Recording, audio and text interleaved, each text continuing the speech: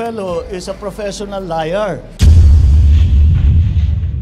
At parang jukebox yan eh. Kung ano yung hulog mo na, basta maghulog ka ng pera, kahit anong kantang gusto mo, kakantay niya.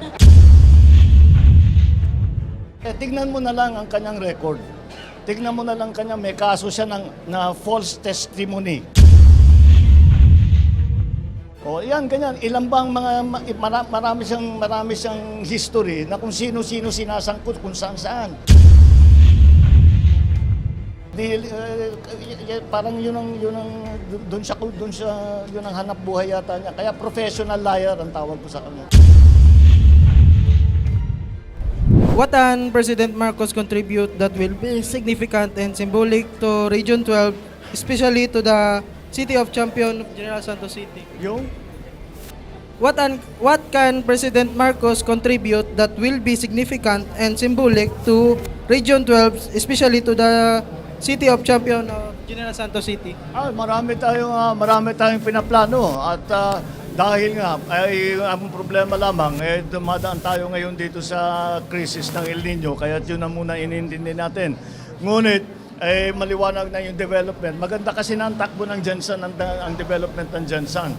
Basta ang gagawin ng national government ay patuloy ang pag-develop ng infrastruktura doon sa Build Better More na aming ginagawa. Dahil yan naman, pagka nabuksan natin lahat ng mga iba't ibang lugar, maliwanag na gaganda ang economic situation doon sa mga lugar na yan. Kaya yun ang tuloy-tuloy lang naman.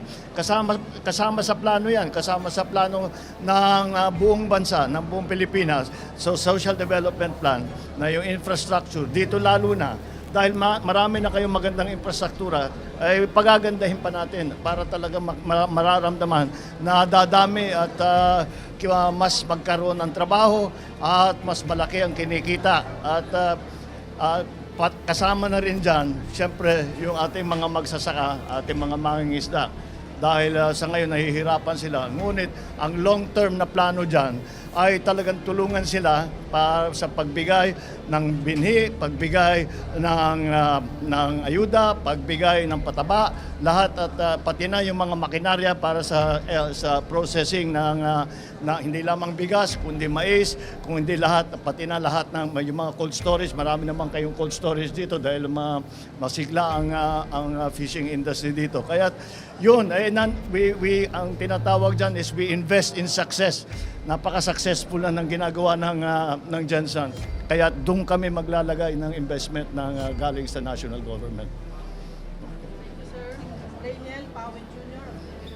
Sir, good morning. Good morning. President, sorry, I have to kneel back. President, last week, yung French Navy, nagpahayag sila ng intensyon na or exclusive na bilateral exercise with Philippines. Ano pong reaksyon nyo and pabor po ba kayo na gawin ito sa West Philippine Sea? Well, siyempre, at dyan naman talaga ang ating yun ang area na binabantayan natin. Kami nagpapasalamat sa lahat ng mga iba't ibang bansa. Kahit na hindi, yung iba nga ay nanggagaling sa malayo pa. Ngunit sila ay handang tumulong sa atin. At kapag tayo ay nagkakaproblema, very supportive sila hanggang hindi lamang sa salita, kundi pati na sa mga tinatawag na joint cruises. Kaya napakalaking bagay yan dahil ito lang ang paraan upang magarantiya natin na ang West Philippine Sea ay patuloy ang tinatawag na freedom of navigation at ang daming dumadaan dyan at yung tinatawag na global economy ay umaasa at kinakailangan para ang global economy ay gumanda, kailangan libre, ligtas ang lugar ng West Philippine Sea. Kaya lahat ng tumutulong sa atin, tayo kasama rin dyan, lahat ng tumutulong sa Pilipinas, kami nagpapasalamat at ito ay magiging malaking bagay, malaking tulong para mapayapa at maging stable, may stability ang West Philippine Sea. Thank you. Thank you, Mr. President. Charito at Sayay. Sagay po. Yeah. Sagay. Sagay po. Ayan. Nabigat, Mr. President. Hello. Do you have a comment on former Senator Trillanes' claim of brewing a destabilization from PNP ranks? And then, do you see a need for loyalty check po? I don't see, wala kaming report na in the ranks. Yung mga retired, baka merong mga gumagalaw na sumasama sa mga distab na ginagawa. Pero sa ating mga kapulisan, at siyempre lalo na sa officer corps, wala naman tayong nakikitang ganun na namumulitika ang mga pulis. So, ang loyalty check, hindi ko alam kung ano yung loyalty check katotohanan. Anong sasabihin mo doon sa tao? Sasabihin, loyal ka ba sa akin? Siyempre, oo ang sagot nun, di ba? Kahit na hindi siya loyal sa'yo. Pero titignan natin mga record ng mga ano.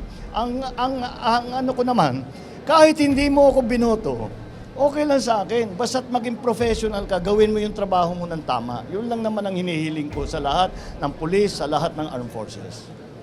Thank you. Kay Gabi, Salat. Mr. President, yung nakaraang May 1, yung araw ng manggagawa, kasi naglilibot ho kami sa Kadiwa Center kasi naglabasan na may 20 kilos ang bigas. Pero walang nakita namin na 20 kilos, kundi 50 kilos. 20 Bakit pesos ano ka lang walang nakita namin 20 kilos, kundi 50 kilos ang nakita namin sa Kadiwa Center. Anong nangyari, Mr. President? Hindi ko alam yan dahil ang Kadiwa pinagbibili natin, chinek ko nga pinagpapabili tayo, ang binibenta natin na bigas is at 29 pesos. Kaya hindi ko alam yung 50 pesos, baka hindi sa amin galing yun, baka sa ibang source yun. No. Hindi, kasi Kadiwa 29 pesos ang presyo namin. Oh. Thank you, sir. PIA, Kathy. Hello. Good morning. Yes.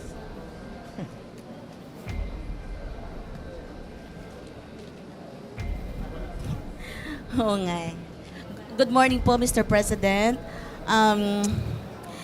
May comment po ba kayo doon kay Agent Morales na ano po yung masasabi po ninyo? Mahirap naman bigyan ng importansya yan. You know, this fellow is a professional liar. At parang jukebox yan eh. Kung ano yung hulog mo na, basta maghulog ka ng pera, kahit anong kantang gusto mo, kakantay niya. Oo, kaya walang saysay. Tignan mo na lang ang kanyang record. Tignan mo na lang kanya, may kaso siya na false testimony. O yan, ganyan. Ilan bang marami